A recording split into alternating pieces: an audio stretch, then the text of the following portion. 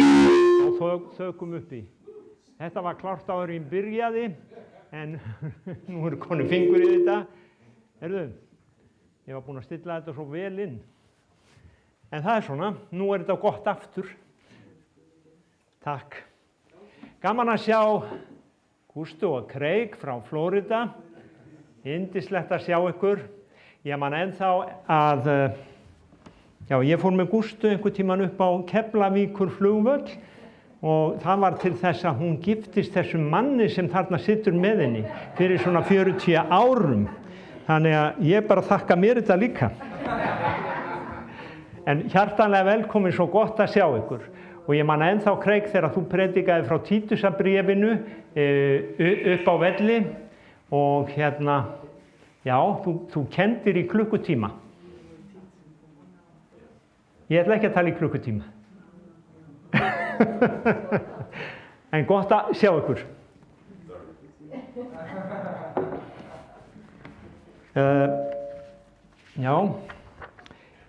Það Lúkas 22, mér langar aðeins að tala líkama í dag. Í Lúkas 22, við ætlum að hafa brauðsbrotningu hérna í endaða samkomuna og það svo sjaldan sem við förum kannski inn í þessi mál, en mér langar að tala líkama Jesú Krist og samfélagið og brauðsbrotninguna eins stutt og laggott og hægt Lúkas 22, 19 segir: Hann tók brauð, gjörði þakkir brauð, það gaf þeim og sagði: Þetta líkami minn sem fyrir yður gefinn. Gjörið þetta í mína minningu. Þetta líkami minn sem fyrir yður gefinn. Gjörið þetta í mína minningu. Þannig að hérna tekur Jesús brauðið og hann tekur bikarinn. Hann tók, ég ætla að lesa það bara áfram, hann tók kaleik, gjörði þakkir, takið þetta skiptið með yður, svo segir hann: Því að ég segi héðan í frá mun ég eigi drekka af ávexti vínviðarins fyrir en Guðs ríki kemur. Í 1. Korintubréfi 10. kafla og 17. versi, þar aftur talað líkamann, 10:17. Af því að brauðið eitt erum við hinir mörgu einn líkami, því að við höfum allir hlutdeild í hinu eina brauði. Eitt brauð, einn líkami. Það var eitt brauð brotið hér í dag og það fer niður í marga líkami, þannig að allir líkamarnir mynda saman þetta eina brauð á þessum degi, og það það sem Jesús að segja. Að því við höfum allir hlutdeild í hinu sama brauði. Rómverjabréfið 12. kafli, þar og 4. vers. Fólk talar að fara í kirkju og þetta svona kannski ekki alveg ljóst fyrir öllum að kirkjan kölluð líkami. 4. vers, við höfum á einum líkama marga limi, en limirnir hafa ekki allir sama starfa. Við höfum á einum líkama marga limi, en limirnir hafa ekki allir sama starfa. Og það merkilegt með líkama að hann vex saman. Þessi náttúrulegi líkami okkar vex saman. Hendin á mér, hún ekki orðin fullorðin meðan ég 2 ára. Þessi hend vex ekki meira heldur en þessi. Þetta vex allt saman. Og ef það gerir það ekki, þá eitthvað að. Þannig að líkaminn, Guðs hugmynd með líkama var alltaf að hann myndi vaksa saman. Og af því að hann líkami. Þannig að ástæðan fyrir því að kannski að hlutirnir fara ekki alltaf eins og Guð vill, að það ekki endilega Guðs, það alls ekki Guði að kenna, það frekar okkur að kenna. Við komum, það talaði að Guð setur okkur á okkar stað á líkamanum, sumir sem sagt berjast gegn því og færa sig yfir í einhvern annan stað og það væri mjög svona, ef við hugsum okkur líkamann, ef að hendin á mér vildi ekki vera hendi og hún vildi vera nef eða eitthvað annað, að þá þetta svona heldur óhuggulegt. Ég veit að ég er með nógu stórt nef fyrir, þó það verði ekki heil hendi hérna fram úr, en sjáðu til að þetta er mynd sem Biblían kemur með kirkju Krists. Hún að kalla kirkju Jesú Krists líkama.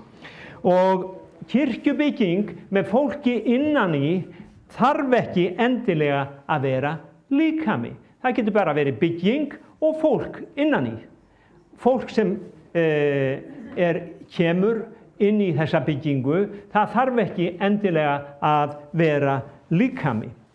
En það segir að eins og líkaminn hefur sama blóðið, eins hefur söfnuðurinn sama anda.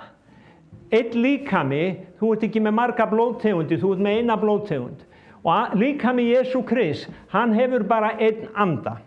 Hann hefur hinn heilaga anda og hann hafnar öðrum öndum af því að hann vill bara það sem Guð gaf.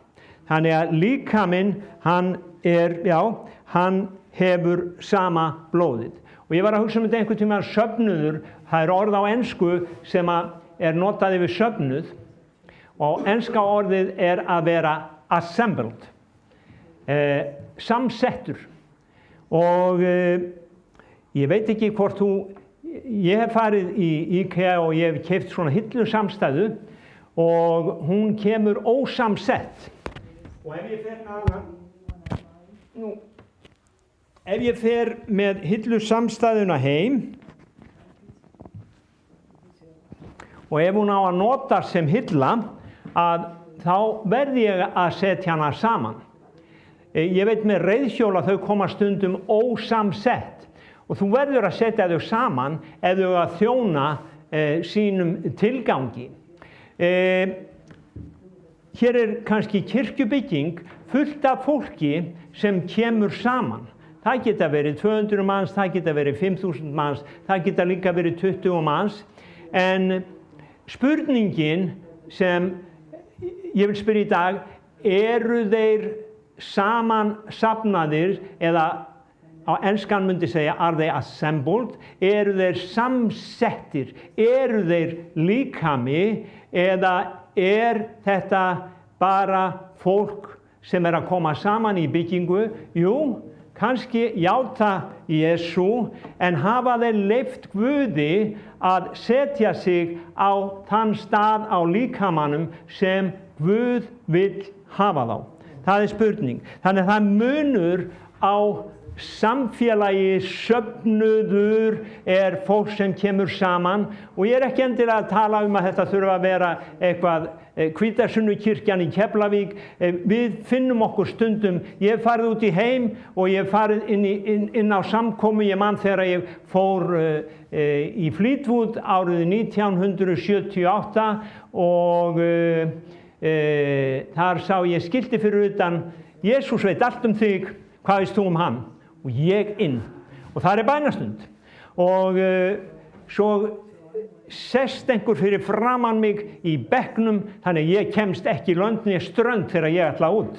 Og þessi maður, hann byrjar að tala við mig og hann tekur mig með sér heim, og hann þurfti að keyra í 20 mínútur frá hafnarbænum Fleetwood að sínu heimili.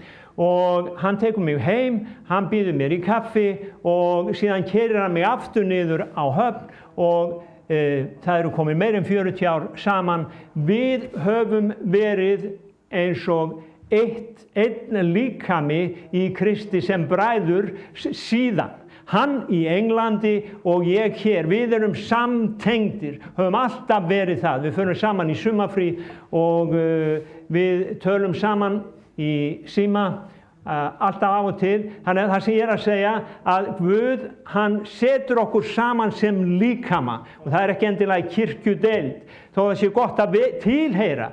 Ég lesi í Biblíunni að hann Epafras, hann var einn úr yðarhópi, hann var að starfa annar staðar en hann átti samt hóp sem hann tilheyrði og það ekkert systkini sem jafnast á við það að eiga hóp sem við tilheyrum þar sem við erum elskuð, þar sem við erum meðtekin, þar sem við getum opnað hjört okkar, sagt það sem við viljum án þess að vera dæmd og við finnum það að okkur hjálpað, við erum studd og við erum alltaf meðtekin. Það líkami, það fjölskylda og það áætlun Guðs fyrir kirkjuna að hún sé eins og líkami sem gengur af stað og lifandi líkami.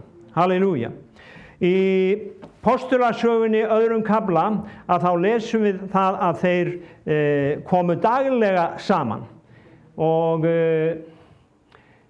á vissan hátt þá fólk sem kemur daglega saman, þó við komum ekki saman í þessari byggingu, við komum saman held ég upp í 4 sinnum saman í þessari byggingu til að eiga samfélag og til að biðja, til þess að skipa okkur í skarðið, taka niður vígi, til að þjóna Guði. Til að vera þjónar Guðs og það var ein hugmynd með líkama sem ég langar að koma með áður en við höldum lengra og ég las það í bók eftir Watchman Nee, hann var að segja að það væri ekki margir sem vita hver Watchman Nee var ég verð að segja var, hann var kínverskur, var í fangelsi í mörg ár. En hann talaði kirkjuna og hann talaði kristindóminn, hann talaði hann sagði til dæmis þar sem aðventistar vilja ekki heyra og þar sem sumir kristni vilja ekki heyra í dag, þar sem hvíldadagur, þar ekki kirkja. Hvíldadagur hluti af Gamla testamentinu, það eins og sagði hann að við færum að fórna aftur. Og ég hjartanlega sammála Watchman Nee. Við höfum dag drottins, við höfum daginn þar sem við komum til að þjóna drottni, við höfum daginn til þess að blessa Guð, okkur ekki skipað, við þurfum hvíld og við fögnum hvíldinni í Jesú Kristi. Og þetta virðist vera misskilinn sannleikur í dag vegna þess að ég heyri alls konar raddir að við eigum að fara að halda hvíldadaginn og það sé blessun í því, en það ekki svo. Við eigum að koma inn í hvíldina í Jesú Kristi. Þar hvíldin og þar hvílumst við, hvaða dagur sem Þeir komu daglega saman. Nei, ég ætla að segja ykkur það sem Watchman Nee sagði. Hann sagði, hugsaðu þér að þú komir inn í byggingu og það dimmt og þú ert að skoða húsnæði og þú ekki komið þar áður og þú kemur inn í stofuna og það hönd á borðinu. Fyrstu viðbrögðin, þú gengur aðeins lengra og þar sérðu fót á stólnum. Og ég held þú viljir ekki fara lengra, sagði Watchman Nee, þú hleypur sennilega út.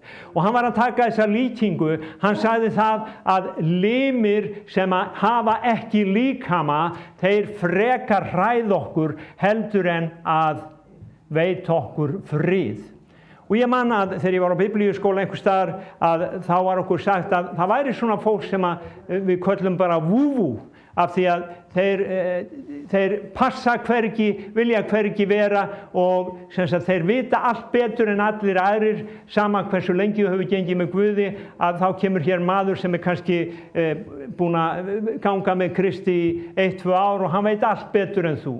Og þú bara, við skulum ekki fara í þá átt, en við þurfum líkama til þess að vaksa. Ef ég tek hendina af, að þá hættir hún að vaksa og mig vantar eina hönd. Þannig að þetta bara eitthvað sem að tilheyrir brauðsbrotningunni að við erum líkami. Svo talað samfélagið. Það hafa komið fram menn sem segja við þurfum ekki eiga samfélag og þeir hafa stofnað internetkirkjur og svona bara flottir Guðs menn og margir þeirra yndislegi trúboðar og djarfir en við þurfum samt, ég man þegar ég frelsaðist, að ef ég hafði engan haft til að tala við, þá veit ég ekki hvað ég hefði verið frelsaður lengi. Og við öll börn sem fæðast, þau þurfa heimili, þau þurfa móðurmjólkina. Páll postuli, hann talar mjólkina, hann talar móðurmjólkina. Við sækjumst eins og nýfædd börn eftir móðurmjólkinni. Þess vegna talaði það í Hebreabréfinu að við eigum ekki að vanrækja safnaðarsamkomur okkar, við eigum að uppörva hvert annað. Og hérna kemur inn, ég heyrði svo ofta, ég alltaf að koma og samkoma og alltaf að gera þetta og alltaf hitt og þetta hundleiðilegt og ég vil bara fara út á götu í trúboð. Já, farðu út á götu í trúboð og þá kemur þú gladur inn í kirkjuna þína á eftir. Sjáðu, samfélagið, það það dýrmætasta sem við eigum. Það sorglegt þegar fjölskyldan kemur saman á jólunum og það einhver sem erlendis, það alltaf tregi, það alltaf missir. Þessi tenging það dýrmætasta sem við eigum, hvort sem það kirkja, fjölskylda eða líkami Krists, það dýrmætasta og þú getur ekki keypt það fyrir $1.000.000. Þú getur ekki keypt samfélag við annan mann. Og ég man að, í gær þá vorum við hérna saman og hann Snorri var að segja okkur frá því að það var heimili í Vestmannaeyjum eða það var ákveðnir, þau komu saman og yfirleitt var tvennt sem var mest rætt, það var trúmál og pólitík. Og svo það einhver tímann að það einhver kona sem býður þeim og hún segir í dag ætlum við eiga samfélag en bara það bannað að tala trúmál og það bannað að tala pólitík. Og Snorri sagði að það var mjög lítið úr samfélagi þann daginn af því að það var eiginlega bannað að eiga samfélag það sem fólk hafði áhuga á að tala Þannig að tveir menn sitja saman í bíl, það þarf ekki endilega að vera samfélag. Sjáðu, við tölum stundum að brjóta ísinn. Við brjótum ísinn og þá eignumst við samfélag af því að annar braut oflæti sínu og sagði eitthvað hlýlegt orð og þá byrjaði samfélag. Og það einmitt þetta sem svo mikilvægt, það samfélag, við erum líkami, við þurfum á samfélagi að halda.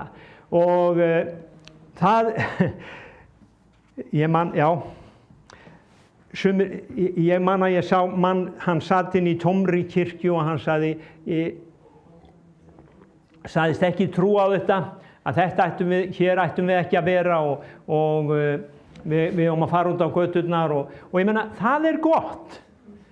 Hvoru tveggja gott. Biblían talar trúboða, hún talar hirða og hún talar kennara. Og ég trúi ef að kirkjan lifandi, þá erum ég þarf ekki að fara út á götu til þess að vitna, ég að vitna í vinnunni, ég að vitna í skólanum, ég að vitnisburður í búðinni, ég vitnisburður þar sem ég af því að líkaminn, hann lifandi og hann að vaksa saman.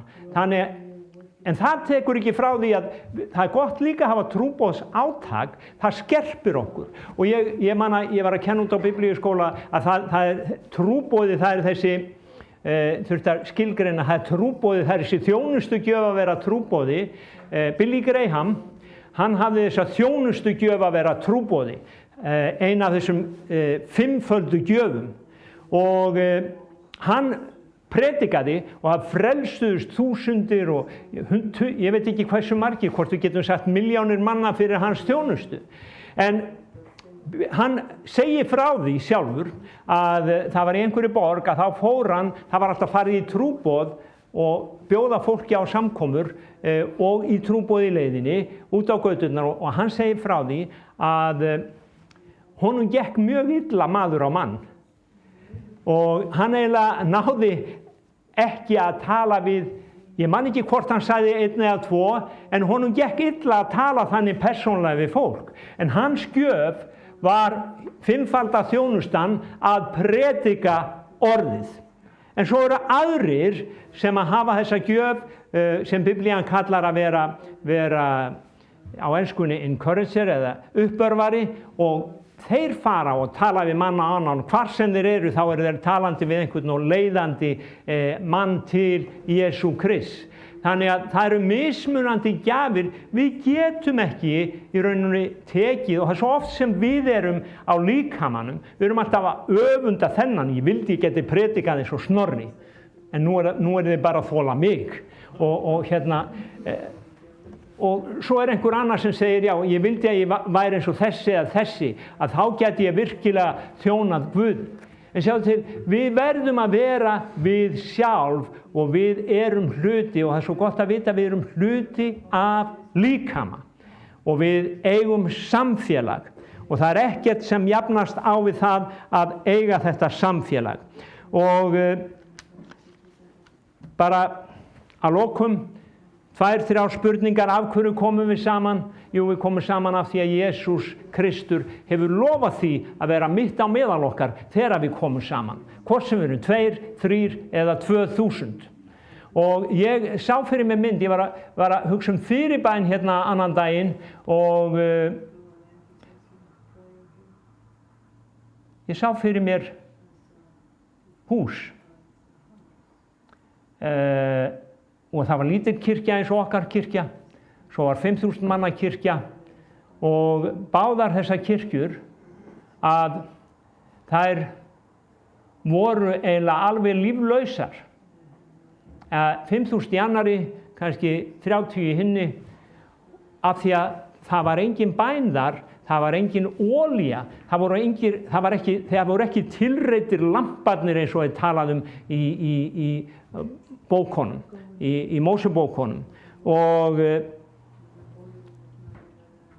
samt litu þessi hús út og söfnuðirnir út eins og kirkjur. Og af því að ég er vélstjóri, þá fór ég líka að hugsa, ok, hérna væri ég með ljósavél og hún er þetta stór, svo er aðalvélin þetta stór, og báðar brenna þær dísilolíu. En ef að skipið er olíulaust, að þá líta vélarnar nákvæmlega eins út, en skipið fer hvorki lönd né strönd, vegna þess að það er engin olía. Og ég upplifði það að Guð sýndi mér að það er eins með kirkjuna, ef það er alveg sama hvernig hún er, 5.000, 20, báðar geta verið gjörsamlega líflausar, báðar geta líka verið öflugar, sterkar, hvort sem það eru 5.000 eða 20. Það skiptir ekki máli. Það sem skiptir máli er að olían sé á lömpunum og að eldsneytið sé að brenna, og þá snýst vélin og skipið fer áfram. Nú, af hverju komum við saman? Af því að hann hefur heitið að vera mitt á meðal okkar. En spurningin er, höfum við trú fyrir því? Það er svo oft sem við komum saman, já, bænastund, já, við bíðum eftir að hún sé búin. Höfum við trú fyrir að Jesús sé mitt á meðal okkar? Það er spurningin.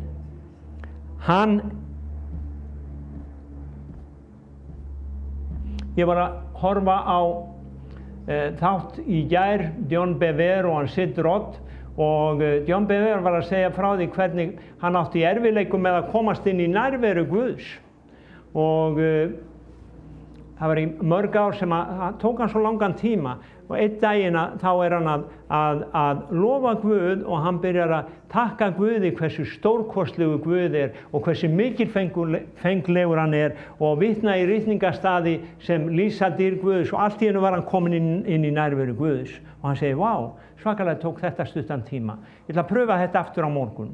Og hann pröfaði á morgun og hann pröfaði hinn daginn, og nú bara kom hann alltaf bara leið inn í nærveru Guðs þegar hann fór að dást að mikilfengleik Guðs. Hann fór að dást að því. Og svo sagði hann, já, er það ekki einmitt þetta sem að Jesús kendi okkur, helgist þitt nafn. Við ættum að byrja bænin á því. Þá komum við inn í nærveru Guðs. Þegar við byrjum að lofa hann, upphefja hann, dást að honum. Og það er það sem við sem kirkja eigum að gera þó við komum bara saman til þess að lofa hann. Biblían segir að þeir sem koma saman og eru í hans húsi, þeir eru að þjóna honum. Og þetta er eitthvað sem mjög fáir skilja. Það eru mjög fáir sem skilja það að kirkjan sé bænahús og hún eigi að þjóna Guði með bæn. Hún eigi að brjóta niður í andaheiminum, hún eigi að þjóna Guði. Það eru fáir sem skilja það. Við skiljum samfélagshlutan að hluta til og við skiljum að við eigum að fara í kirkju til að hafa gaman og við skiljum að við eigum að hafa í kirkju til að fá kaffi á eftir, en spurningin skiljum við eins og Davíð, hann kom inn í hús Guðs, hann kom og hann byrjar að litast hvar drottinn? Sálmur 63, hvar drottinn? Hvar drottinn? Ég þarf að finna drottinn, ég þarf að sjá drottinn. Hvar sem 2 eða 3 koma saman, þar ég mitt á meðal þeirra, segir Jesús. Í Postulasögunni 5:12, þegar þeir komu saman, þá læknuðust allir. Við höfum tapað því. En ég trúi að Guð vilji gefa það aftur. Og það snýst trú. Það snýst trú og það snýst líka okkar dauða. Að við deyjum sjálfum okkur og viljum trúa. Það læknuðust allir. Og nú komum við að þessari máltíð drottins. Og mörgum finnst þetta kannski það alleiðinlegast í kirkjunni, ganga til altaris, kallaðir það, og koma og taka eitthvað brauð og brjóta það og taka einhvern bikar og drekka það sem á að vera vín. En Biblían talar þetta sem borð drottins. Í 1. Korinthubréfi 10:21, það borð drottins. 1. Korinthubréfi 11:20, máltíð drottins. Það borð drottins og það máltíð drottins. Og ritningin sem ég byrjaði á, að þetta minn líkama og gjöri þetta í mína minningu, við margir segja, til hvers erum við að þessu? Það sama ástæða og Ísraelsmenn áttu að halda páska. Það var til þess að þeir myndu eftir því að Guð frelsaði þá út úr Egyptalandi. Og þetta sama ástæða, við minnumst og við boðum fórnardauða drottins þangað til hann kemur, segir Páll. Við minnumst þess að Jesús dó fyrir okkur og við setjum á Facebook, ég frelsaðist þennan dag. Ég ekki búin að vera edrú svona og svona lengi. Ég frelsaðist þennan dag, ég var ný sköpun. Nýja sköpun hefur aldrei smakkað áfengi. Sjáðu til, það var gamli maðurinn sem var fullur. Ég reykti í 13 ár, var alinn upp á kristnu heimili, byrjaði að reykja 14-15 ára og það, ég hef aldrei trúað því að ég hef verið reykingahólisti. Samt hafði nikótínið tök á mér. Þegar ég frelsaðist, ég er búin að segja svo oft frá þessu og ég þarf að segja frá þessu enn einu sinni, þá losnaði ég frá tóbaksfíkninni. Og ég gerði samning við Guð, ég var á togara, komst ekki í kirkju á hverjum degi. Ég sagði við Guð, nú á ég 10 sígarettur eftir í þessum kamelpakka. Ég reykti bara, the real thing. Það var ekkert filterdrast. Maður þetta fá þetta hreint og ómengað, eitrið inn í sig. Og ég segi við Guð, ég ætla að klára þennan pakka og svo leysir þú mig, ég trúi því að þú leysir mig frá tóbakinu. Og viti menn, hann gerði það. Þessum sama túr, þá segir kokkurinn við mig, við sittum niður í borðsala, jæja, Kitty, fá þér sígarettu. Og réttir mér svona yfir borðið og ég segi, nei, ég er frelsaður. Og ég var svona frekar óttaslegin að koma með þessa yfirlýsingu að ég veri frelsaður. Látt ekki svona, verð ekki með þetta rugl, sagði hann, fá þér sígarettu, eins og út vanur. Nei, ég er frelsaður. Og ég trúi því að þessi játning hafi verið hluti af lausninni. Ég hef aldrei reykt síðan. Mér hefur aldrei langað í sígarettu síðan. Og ég trúi ekki að ég hef verið skapaður reykingamaður þó ég hafi reykt í 13 ár.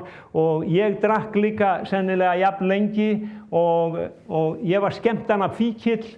En Guð leysti mig frá þessu öllu. Ég frelsaðist frá þessu öllu saman. Og mér langaði ekki neitt og hefur aldrei langað í þetta síðan.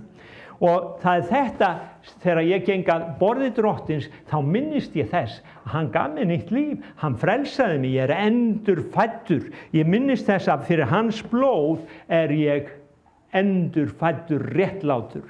Og ég minnist þess líka að á hverjum degi gefur hann mér brauð að eta. Hann er mitt brauð, hann er lífið mitt. Amen, halleluja. Sjáðu, ég þarf ekki að vera eins og allir hinir hérna. Ég er ekki með þetta brauð. Hvað er þetta? Hvað er Facebook? Hvað er Twitter að segja núna? Og ég meina, þetta er ekki mitt brauð. Þetta er mitt brauð. Þetta er brauð lífsins. Þetta er ekki brauð lífsins. Mátt hafa biblíuna í símanum, ég er ekki að fordæma þig, ég geri það líka. En Jesús sagði í Mattheus 26, 29 og ég ætla að enda þar og það verður síðasta versið.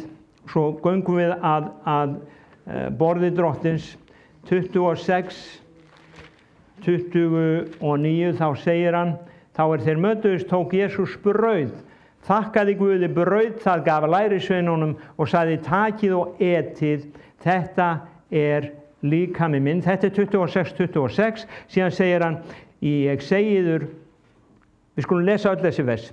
Hann tók kaleg, gjörði þakkir, gaf þeim, drekkið allir hér af, þetta er blóð, mitt blóð, sáttmálans úthelt fyrir marga, fyrirgefningar til fyrirgefningar synda. Ég segi þau, hérðan í frá mun ég eigi drekka þessum vínviðar ávexti, til þess dags ég drekka nýjan með yður í ríki föður míns.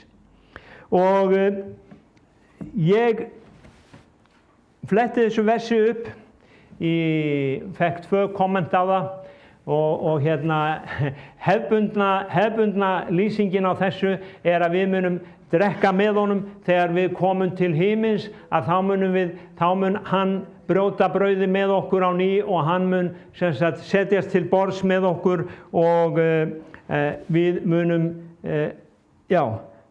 endurnýja sáttmálan með honum. Hinn skýringin svo, og ég trúi því að báðar séu réttar, svo að Guðs ríkið kom á hvítasunnudag og þegar við brjótum brauðið að þá hann með okkur. Af hverju? Þetta er borðið hans, þetta er máltíðin hans. Af hverju skyldi hann vera fjarri sínu borði? Af hverju skyldi hann vera fjarri sinni máltíð? Þetta er hans líkami. Og þó það væri ekki nema bara það að þá erum við að eta hans líkama, þá hlýtur hann að vera hér. Og það eru alls konar skýringar á þessu sem að ég ætla ekki að fara út í, sem eru jafn spúki og þetta með húsið, draugahúsið, en sjáðu til að hann með okkur þegar við brjótum brauðið. Hann kemur, nærvera hans kemur inn, hún hérna og hann vill vera með og hann segir amen þegar við tökum og meðtökum blóð hans, við meðtökum brauðið hans.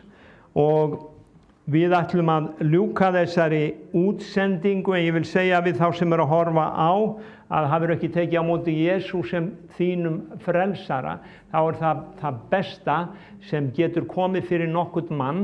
Til þess varstu skapaður til að ganga með Jesú Kristi á þessari jörð.